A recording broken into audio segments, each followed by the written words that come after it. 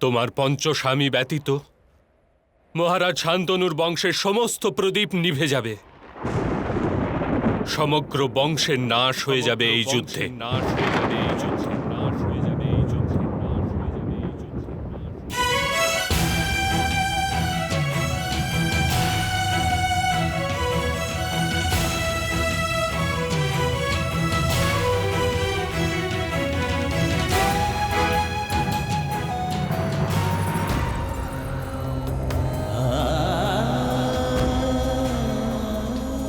অর্থাৎ প্রতিদিন অদম্য উৎসাহে যে যুদ্ধের জন্য আমরা প্রস্তুত হচ্ছি,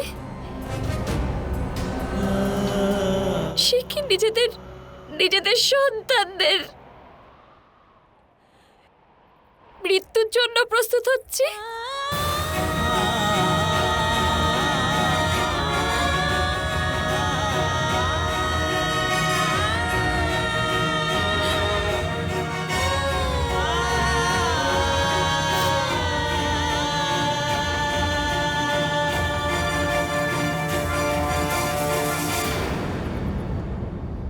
মানুষ জীবনের প্রত্যেক ক্ষণে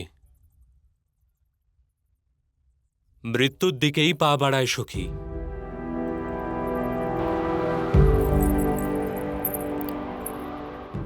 একটা কথা জেনে রাখো সখী, ধর্মের জন্য সংঘর্ষ করা কোনো কর্তব্য নয়, এ এক সিদ্ধান্ত, সংকল্প মাত্র। তোমার জন্য যুদ্ধ কোনো কর্তব্য নয়, সমাজের কারণে কৃত এক সংকল্প মাত্র। তুমি যখন ইচ্ছে এই সংকল্প পরিত্যাগ করতে পারো। কদাচিৎ তুমি পুত্র, পতি, পৌত্র আদির সুখ পেয়েই যাবে, কিন্তু কোটি কোটি মানুষের ন্যায় তুমিও সময়ের প্রবাহে তলিয়ে যাবে সখী। তোমার জীবন ব্যর্থ হয়ে যাবে।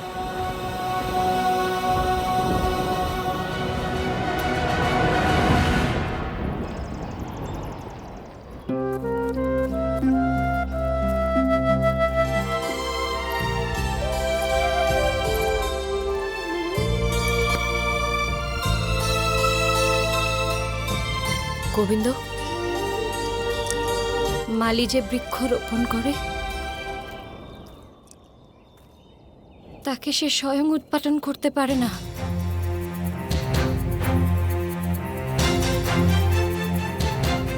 আমি নিজের পুত্রদের মৃত্যু কি প্রকারে সহ্য করব?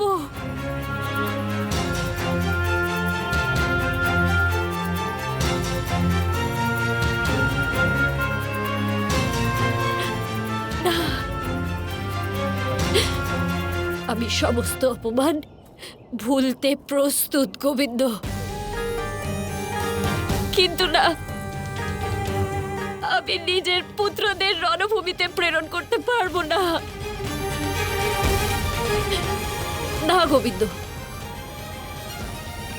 আমি যুদ্ধ চাই না, যুদ্ধ চাই না, যুদ্ধ চাই না।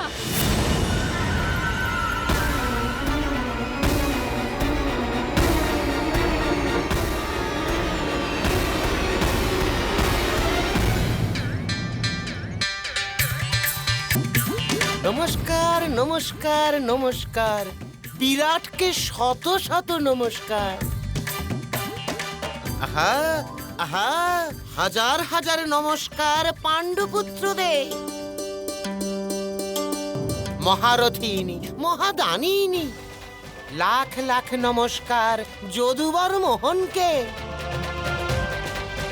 কাল রাজকুমারী উত্তরার বিবাহ অর্জুন পুত্র মহারথী অভিমন্যুর সহিত সম্পন্ন হবে।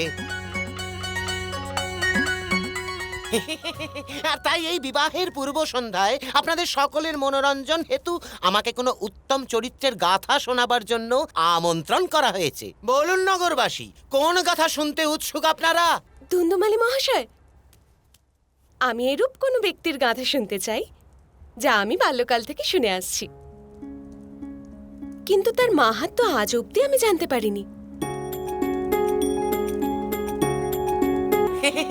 হে নগরবাসী, এরূপ একটি চরিত্র আছে যা আমার দৃষ্টিগোচর হচ্ছে। এ গাথা তো নয় শিব পার্বতীর, নয় শ্রীরাম গাথা। নন্দের নন্দন রাখাল বালক, এ গাথা সুন্দর শ্যামেরই।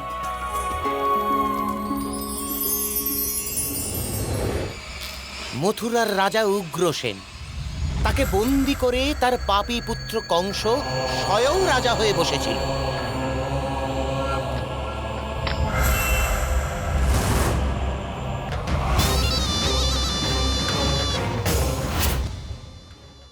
কংস মগধের জরাসন্ধের জামাতা ছিল।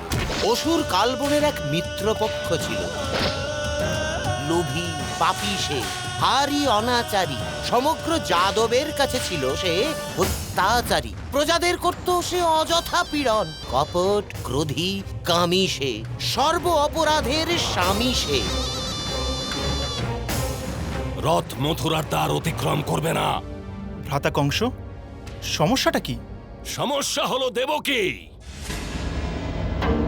দৈববাণী শোনোনি তুমি? দেবকীর অষ্টম সন্তান আমাকে বধ করবে, আর আমি এই মুহূর্তে দেবকীকে বধ করব। দৈববাণীকে সত্য মেনে আপনি নিজের ভগিনীকে বধ করবেন? বাসুদেব, আকাশবাণী কখনো মিথ্যে হয় না। এ ভ্রান্ত ধারণা। সব জানি আমি দেবকী। ভ্রাতাশ্রী দেবক, যাদব শ্রেষ্ঠ ক্রূর, সবাই আমার রক্তপাত ঘটানোর জন্য উৎসুক হয়ে আছে।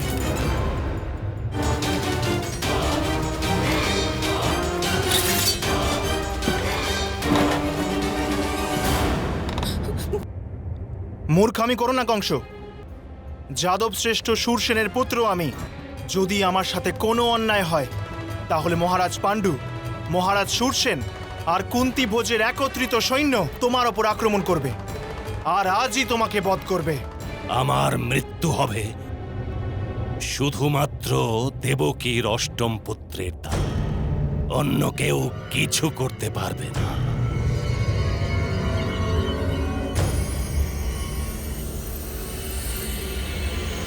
না জ্যেষ্ঠ, জ্যেষ্ঠ শুনুন, জ্যেষ্ঠ আমার কথা বিশ্বাস করুন, জ্যেষ্ঠ আমার কথা বিশ্বাস তো করুন।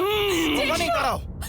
যদি দৈববাণী সত্যি হয় তবে একে কি করে রোধ করবেন?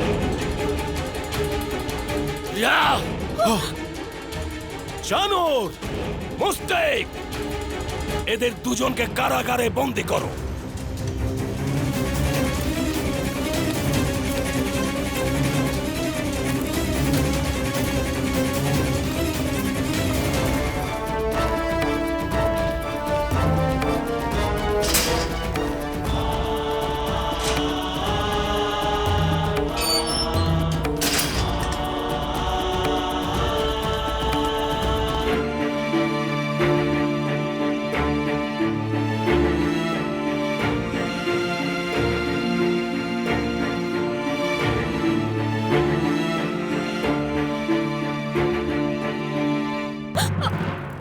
আর্য,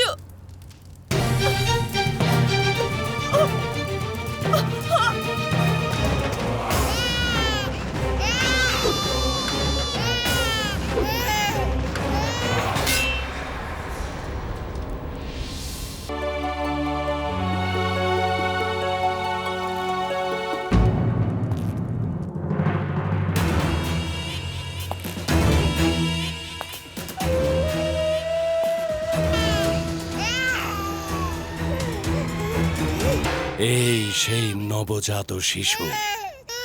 এর বলি চড়ানোর সময় এসে গেছে দেবকী। অষ্টম সন্তান আপনাকে বধ করবে, এইরূপই তো দৈববাণী হয়েছিল। বিষাক্ত বৃক্ষের প্রতিটা ফল বিষাক্ত হয় বাসুদেব। তোমার একটি সন্তানকেও জীবিত রাখবো না। না জ্যেষ্ঠ, এই শিশুর অপরাধটা কি? দেবকী, দাও নিজের সন্তান আমাকে দিয়ে দাও। না জ্যেষ্ঠ, এর অপরাধটা কি? আমাকে ছাড়ো। দাও নিজের সন্তান আমাকে দাও, দাও। ভ্রাতাশ্রী, আমার সন্তানকে ছেড়ে দাও। হ্যাঁ কংস, যদি তুমি একে হত্যা করো তবে স্মরণ রেখো আমরা সাতজন শিশুর বলিদান দিয়ে দেব। তবু তোমাকে দণ্ড দিতে অষ্টম পুত্রের জন্ম অবশ্যই হবে।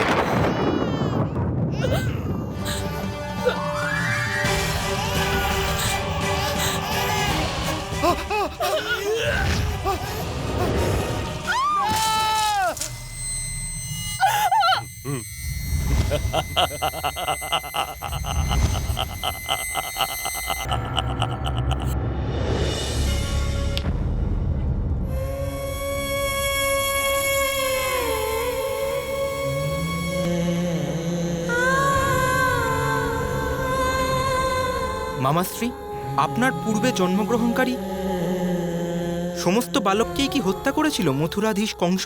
হ্যাঁ পুত্র।